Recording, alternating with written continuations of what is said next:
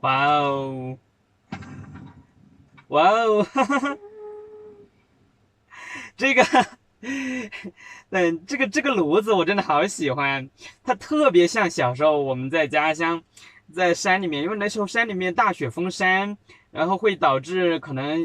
就是10天半个月出不去，我们整天就在家里面烧着炉子烤各种东西吃。那时候我们也做面包，只是我们做的就不叫面包，其实本质上是差不多的，我们喊叫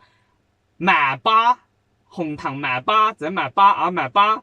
其实它主要是蒸的。但是我也在冬天的时候，因为炉子里面各种烤嘛，烤红薯、烤土豆，我也尝试过烤麦粑，烤那个麦粑，也就是面包，大差不差了，大概就是这个样子。